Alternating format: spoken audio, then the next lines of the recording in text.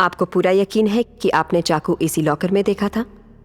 Madam, आज सवाल का जवाब अपन ने इतना टाइम दिया है जितना टाइम हॉरर फिल्म्स के टाइटल में रामसे ब्रदर्स का नाम आता है। लेकिन 100 बात का एक बात तो पक्का ही है कि अपुन शेखर सक्सेना का एनिमी नहीं, फ्रेंड है। तुमने एक बात क्यों, अपुन उनको बहुत पसंद करता है।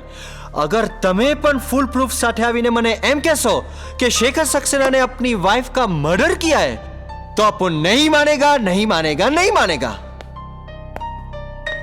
पर मैडम, एनाटी पर मोटू सच तो यह है कि वो चाकू अपुन ने इधर ही देखा था, इधर ही देखा था, इधर ही देखा था। थैंक्स।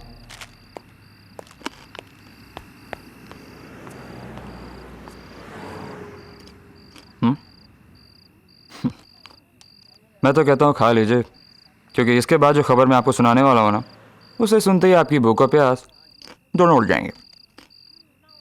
यस मैडम, इतनी बड़ी चार्जशीट तैयार की है लोखंडे ने आपके उस करोड़पति के खिलाफ। एक चाकू की बिना पे, वो भी जिसे एक अटेंडेंट ने शेखर के लॉकर में देखा था। लोखंडे को सरकार के कागज वेस्ट करने का बहुत शौक है अमित। कर लेने दो, मैं जानती हूं उससे कैसे निपटना है। बात उतनी मामूली है नहीं जितना आप समझ रही हैं। केस कमज़ोर है, ये बात लोखंडे भी जानता है। शायद इसीलिए उसने अपने पत्ते अभी से खेलने शुरू कर दिए हैं। क्या कर रहा है वो? उसने चार्जशीट में किसी लड़की का जिक्र किया है, शालिनी, जिसे शायद वो कोर्ट में भी पेश करे। लड़की? हाँ भाई, बात निकली है तो दूर तलक जाएगी भी। आपका मौके जवान है, खूबसूरत है, अमीर है, होगा कोई ना कोई लफड़ा।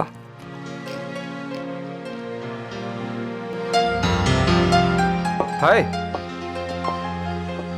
अगर अपनी मनमानी करनी थी तो मुझसे वकालत करवाने की क्या जरूरत थी? क्या हुआ? बात क्या है? मैंने तुमसे कहा था ना शेखर, अगर तुम गिल्टी हुए या तुमने कभी मुझसे झूठ बोला तो मैं ये केस बीच में ही छोड़ दूंगी। पर हमने तो आपसे कभी झूठ नहीं बोला।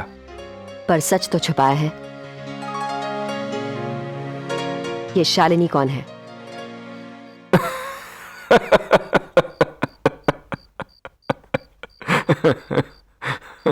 हंस लो, लेकिन जब लोखंडे भरी अदालत में उसे तुम्हारे खिलाफ पेश करेगा तब देखूंगी तुम कैसे हंसते हो।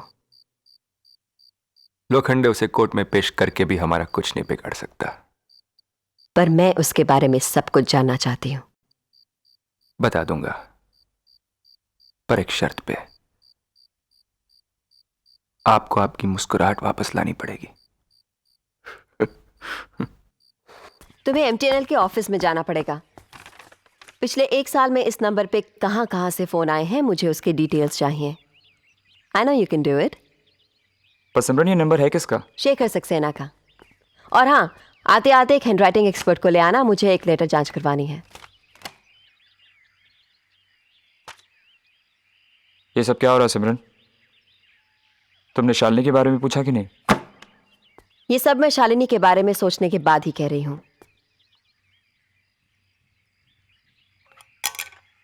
उससे हमें कोई खतरा नहीं है।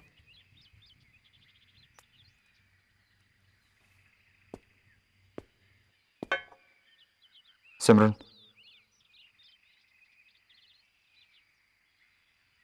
मुझे लगता है कि तुम एक गलत आदमी की जान बचा रही हो। नहीं, बल्कि मैं एक सही आदमी को गलत साबित होने से बचा रही हूं।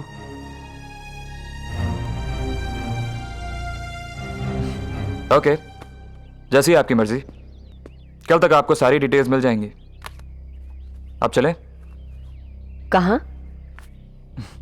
अब तुमको ये भी याद दिलाना पड़ेगा कि आज सपना का बर्थडे है। And I think we are already late. Amit, लगता है मुझे तुमको ये याद दिलाना पड़ेगा कि हम एक इंपॉर्टेंट केस पे काम कर रहे हैं। मैंने काम करने से कम मना किया है सिमरन। जब से ये केस तुमने अपने हाथ में लिया है, सोते जागते उठते बैठते हम लोग काम ही तो कर रहे हैं। अब तुम क्या चाहती हो कि शेखर सक्सेना को जब तक कोर्ट बाइज्जत बरी ना कर दे हम लोग जीना ही छोड़ दें?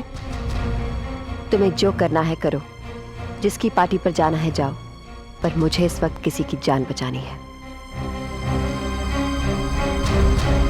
और अगर मैं नहीं बचा तो? क्यों नहीं बचोगे?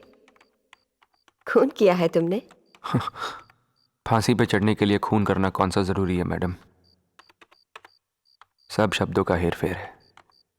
कौन सा वकील अदालत में किन शब्दों का जाल बुनता है, कैसे गवाहों को पेश करता है, क्या क्या झूठ सच में बदल देता है, और किन किन सबूतों जिन्हें को। झूठ बोलना है बोलने दो। हमारा सच ही हमारी गवाही बन के हमें बचाएगा।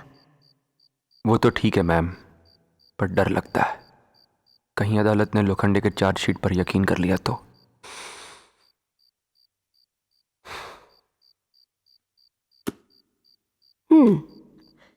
तो क्या होगा? ज्यादा से ज्यादा आपको फांसी की सजा हो जाएगी।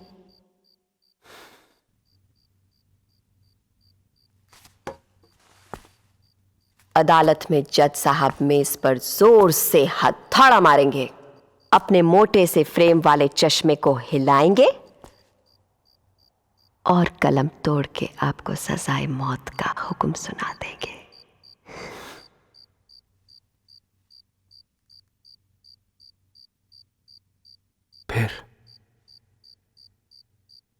फिर क्या?